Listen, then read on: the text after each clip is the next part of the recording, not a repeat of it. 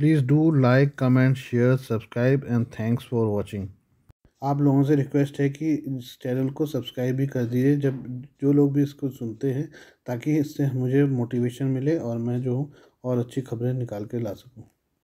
पाकिस्तान में अशांत खैबर पख्तूनख्वा प्रांत के पेशावर में सोमवार को हुए धमाके में मृतकों की संख्या बढ़ती जा रही है। मंगलवार को यहां से और लाशें बरामद की गई। अधिकारियों का कहना है कि अब तक मृतकों की संख्या बढ़कर 90 पहुंच गई है, जबकि एक दिन पहले 61 शव बरामद किए गए थे। वहीं 150 से अधिक अन्य लोग घायल हो गए थे। सुरक्षा एवं स्वास्थ्य अधिकारियों ने बताया कि विस्फोट दोपहर 1 बजकर करीब 40 मिनट पर हुआ, पर पुलिस लाइन इलाके के पास उस वक्त हुआ जब नमाजी दोपहर की नमाज पढ़ रहे थे। तभी अगली पंक्ति में बैठे आत्मघाती हमलावर ने विस्फोट कर खुद को उड़ा लिया। नमाजियों में पुलिस, सेना और बम निष्क्रिय दस्ते के कर्मी थे। राजधानी शहर पुलिस अधिकारी पेशावर मोहम्मद एजाज खान ने सोमवार को बताया था कि विस्फोट में 61 लोगों की मौत हुई है। लेडी रीडिंग अस्पताल के अधिकारी ने बताया कि 150 से अधिक लोग घायल हुए हैं। मृतकों में कम से कम 5 उप निरीक्षक और मस्जिद के इमाम मौलाना साहिबजादा नूरुल अमीन शामिल हैं। पाकिस्तान के पेशावर शहर के अति सुरक्षित क्षेत्र में स्थित एक मस्जिद में आत्मघाती हमले की जिम्मेदारी तहरीक-ए-तालिबान पाकिस्तान टीटीपी ने ली है। टीटीपी के मारे गए कमांडर उमर खालिद खुरासानी के भाई ने दावा किया कि आत्मघाती हमला उसके भाई की मौत का बदला लेने के लिए किया गया, जो पिछले साल अगस्त में अफगानिस्तान में मारा गया था। पाकिस्तान तालिबान के नाम से जाने वाले टीटीपी ने इससे पहले भी पाकिस्तान में सुरक्षा बलों को निशाना बनाते हुए कई आत्मघाती हमले किए हैं। पेशावर के पुलिस अधीक्षक शाहजाद कौकब ने मीडिया को बताया कि नमाज अदा करने के लिए वो मस्जिद में घुसे ही थे कि विस्फोट हो गया। वो सौभाग्यशाली थे कि हमले में बच गए। कौकब का दफ्तर मस्जिद के करीब ही है। पुलिस लाइन स्थित मस्जिद 4 स्तरीय सुरक्षा घेरे में थी। इन सभी सुरक्षा घेरे को भेदते हुए हमलावर मस्जिद में घुसने में सफल रहा और अग्रिम पंक्ति में पहुंच गया। जांच में जुटी पुलिस। पेशावर की पुलिस महानिरीक्षक मोजम जहां अंसारी ने कहा कि पुलिस विस्फोट की जांच करी और यह पता लगा रही है कि बम हमलावर इस अति सुरक्षा वाली मस्जिद में कैसे घुसा। उन्होंने आशंका प्रकट की है कि धमाके से पहले बम हमलावर पुलिस लाइन में रह रहा होगा, क्योंकि पुलिस लाइन के अंदर फैमिली क्वार्टर्स भी हैं। पेशावर पुलिस आतंकवाद निरोधक विभाग, frontier reserve police, elite force एवं संचार विभाग के मुख्यालय भी इसी विस्फोट स्थल के आसपास हैं। एक पुलिस अधिकारी ने बताया कि विस्फोट में से मस्जिद का एक हिस्सा ढह गया और माना जाता है कि कई लोग उसके मलबे के नीचे दबे हैं। उनके अनुसार बम हमलावर पुलिस लाइन के अंदर 4 स्तरीय सुरक्षा वाली मस्जिद में घुस गया। कैपिटल सिटी पुलिस अफसर मोहम्मद एजाज खान का हवाला देते हुए डॉन अखबार ने खबर दी है कि कई जवान मलबे के नीचे दबे हैं, तो बचाव कर्मी उन्हें बाहर निकालने की कोशिश करें। धमाके के समय इलाके में 300 से 400 पुलिस अधिकारी मौजूद थे। उन्होंने कहा कि स्पष्ट है कि सुरक्षा चूक हुई है। बचाव अभियान के प्रभारी बिलाल फौजी ने कहा है कि फिलहाल हमारा ध्यान बचाव अभियान पर है। हमारी पहली प्राथमिकता मलबे में दबे लोगों को सुरक्षित बाहर निकालना है। पाकिस्तान के प्रधानमंत्री शहबाज शरीफ, विदेश मंत्री बिलावल भुट्टो और पूर्व प्रधानमंत्री इमरान खान समेत विभिन्न नेताओं ने हमले की निंदा की है। शहबाज ने कहा कि हमलावरों का इस्लाम से कोई लेना देना नहीं है। उन्होंने कहा कि आतंकवादी उन लोगों को निशाना बनाकर डर पैदा करना चाहते हैं जो पाकिस्तान की रक्षा करने का कर्तव्य निभाते हैं। उन्होंने कहा कि विस्फोट में मारे गए लोगों की शहादत व्यर्थ नहीं जाएगी। जर्मनी ने अमेजन रेन फॉरेस्ट की रक्षा करने में ब्राज़ील की मदद के लिए लाखों डॉलर देने का वादा किया है, जो एक महत्वपूर्ण वैश्विक कदम है जिसने ब्राज़ील के पूर्व दक्षिणपंथी राष्ट्रपति जायर बोल्सोनारो के तहत वर्षों की तबाही का अनुभव किया है। सोमवार को ब्राज़ीलिया में एक समाचार सम्मेलन के दौरान जर्मन विकास मंत्री स्वेजा सुल्ज ने घोषणा की है कि बर्लिन अमेजन फंड के लिए 38 मिलियन डॉलर उपलब्ध कराएगा, जो नॉर्वे द्वारा बड़े पैमाने पर वित्त पोषित एक अंतर्राष्ट्रीय तंत्र है जिसका उद्देश्य वनों की कटाई को रोकना है। 2019 में बोल्सोनारो, जिन्होंने अमेजन में अधिक से अधिक आर्थिक विकास को बढ़ावा दिया और सुरक्षा उपायों को ढीला कर दिया, जिस कारण वहाँ बहुत ज़्यादा जो है पेड़ों का कटान हुआ और जो है पर्यावरण के लिए बहुत बड़ी समस्या खड़ी हो गई। वामपंथी नेता, जिन्होंने अक्टूबर के अफवाह चुनाव में बोल्सोनारो को हरा दिया था, ने अमेजन में शून्य वनों की कटाई के लिए लड़ने का संकल्प लिया है, जिसका लगभग 2/3 हिस्सा ब्राज़ील में है। जलवायु परिवर्तन के खिलाफ वैश्विक लड़ाई के लिए वर्षा वन रेन फॉरेस्ट महत्वपूर्ण हैं और अधिकार समूहों ने बोल्सोनारो प्रशासन की नीतियों की निंदा की थी, जो विनाश में तेजी लाने के साथ साथ इस क्षेत्र में स्वदेशी समुदायों के खिलाफ बढ़ते खतरों के कारण थी। सरकारी आंकड़ों के अनुसार ब्राज़ील के रेन फॉरेस्ट के खंड में वनों की कटाई पिछले वर्ष की तुलना में दिसंबर में 150% बढ़कर 218.4 वर्ग किलोमीटर यानी कि 84.3 वर्ग मील नष्ट वन हो चुका है। लूला की चुनावी जीत के बाद ग्रीनपीस ब्राज़ील ने नई ब्राज़ीलियाई सरकार से पर्यावरण की रक्षा करने वाली सरकारी एजेंसियों के पुनर्निर्माण का आह्वान किया। सोमवार को लूला ने कहा कि अमेज़न फंड से धन का उपयोग आपात स्थितियों में किया जाएगा, जिसमें उत्तरी ब्राज़ील में स्वदेशी स्वास्थ्य संकट भी शामिल है, जहां यानोमामी लोग कुपोषण से पीड़ित हैं और उनके क्षेत्र में अवैध सोने के खनन उद्योग द्वारा लाए गए रोग हैं। मुझे इसमें कोई संदेह नहीं कि स्वदेशी समुदायों के प्रति एक नरसंहारपूर्ण रवैया था। उन्होंने अपेक्षा के लिए बोल्सोनारो प्रशासन को दोषी ठहराते हुए कहा। लूला ने पिछले हफ्ते देश के सबसे बड़े स्वदेशी आरक्षण यानोमामी क्षेत्र में एक चिकित्सा आपातकाल घोषित किया है।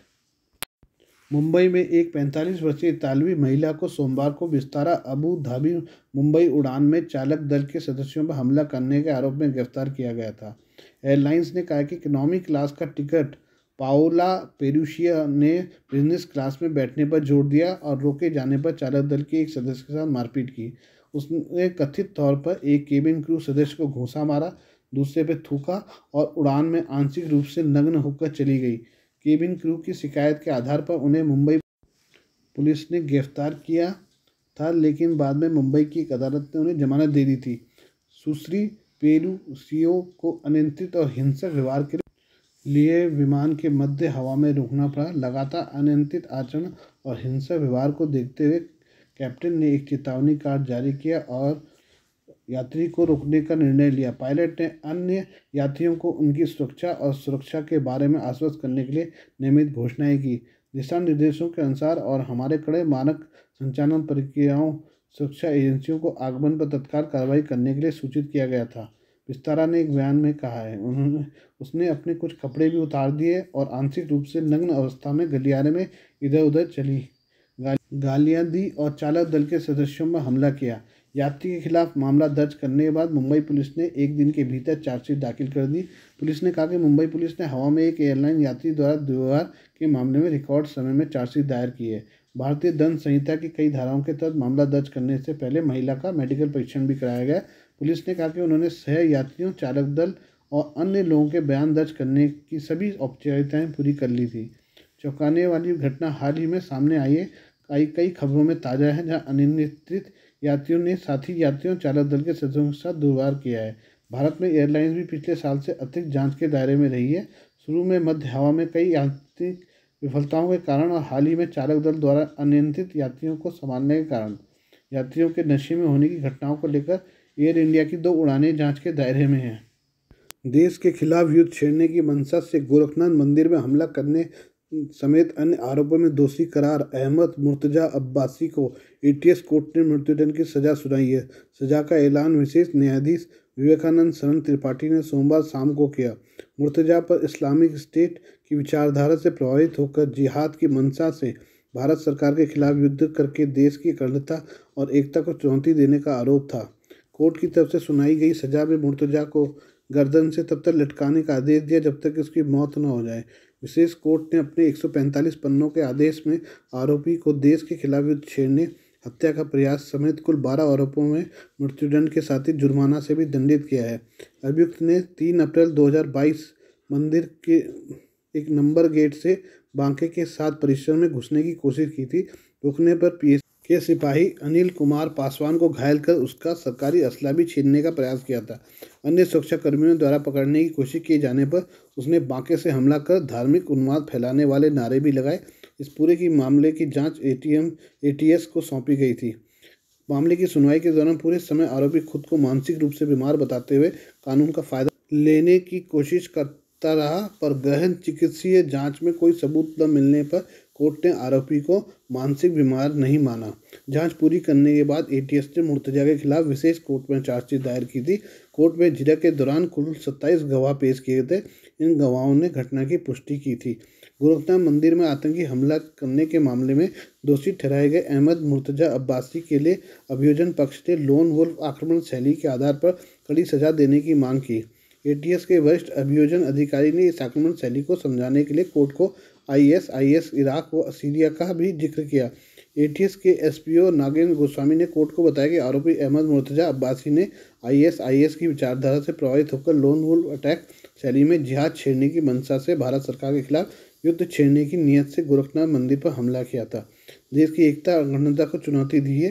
कहा कि लोन वुल्फ अंतर्राष्ट्रीय मुद्रा कोष आईएमएफ ने मंगलवार को अपने विश्व आर्थिक आउटलुक का जनवरी अपडेट जारी किया और कहा कि वह अगले वित्त वर्ष में भारतीय अर्थव्यवस्था में कुछ मंदी की उम्मीद कर रहा था और चालू वित्त वर्ष के दौरान विकास दर 6.8% से 6.1% रहने का अनुमान लगाया था। 31 मार्च को समाप्त हो रहा है। नवीनतम विश्व आर्थिक आउटलुक के अनुसार वैश्विक विकास 2022 में अनुमानित 3.4% से गिरकर 2023 में 2.9% होने का अनुमान है। फिर 2024 में बढ़कर 3.1% हो जाएगा।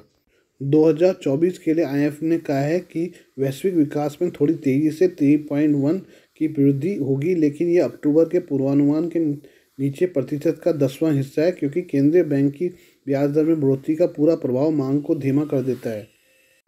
आईएमएफ के मुख्य अर्थशास्त्री पियरे ओलिवियर गौरिनचास ने कहा है कि मंदी का जोखिम कम हो गया है और केंद्रीय बैंक मुद्रास्फीति को नियंत्रित करने में प्रगति कर रहे हैं, लेकिन कीमतों पर अंकुश लगाने के लिए और अधिक काम करने की जरूरत है। वैश्विक अर्थव्यवस्था के विकास दर अनुमान के बारे में बताया गया कि 2022 में वैश्विक अर्थव्यवस्था 3.4%, 2023 में 2.9% और 2024 में 3.1% रहने का अनुमान है।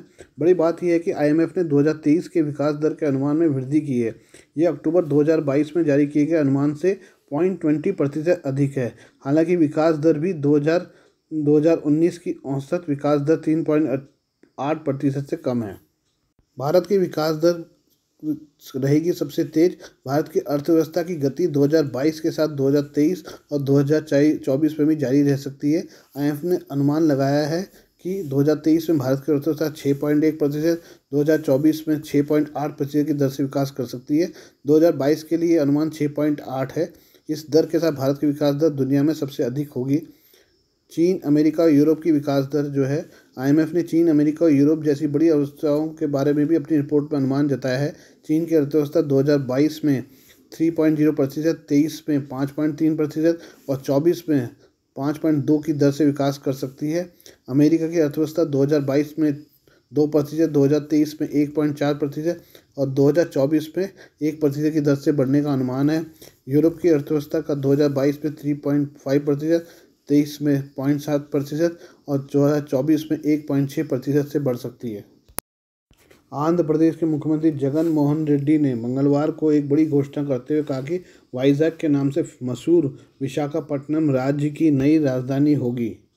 विशाखापट्टनम को पहले 2014 में राज्य तेलंगाना आंध्र के विभाजन के बाद हैदराबाद से अमरावती में स्थानांतरित किए जाने के बाद आंध्र की तीसरी राजधानी माना गया था। आंध्र प्रदेश देश के उन गिने चुने राज्यों में से एक है जो पिछले 3 वर्षों से दहाई अंकों में विकास दर हासिल कर रहा है। 2021 में जगन मोहन रेड्डी के नेतृत्व वाली आंध्र सरकार ने विवादास्पद विकेंद्रीकरण और सभी क्षेत्रों के समावेशी विकास अधिनियम को वापस ले लिया, जिसका उद्देश्य राज्य के लिए 3 राजधानियां स्थापित करना था। राज्य सरकार ने पहले संकेत दिया था कि आंध्र प्रदेश की 3 राजधानियां हो सकती हैं। विशाखापट्टनम में कार्यकारी राजधानी, अमरावती में विधायी राजधानी और कुर्नूल में न्यायपालिका राजधानी।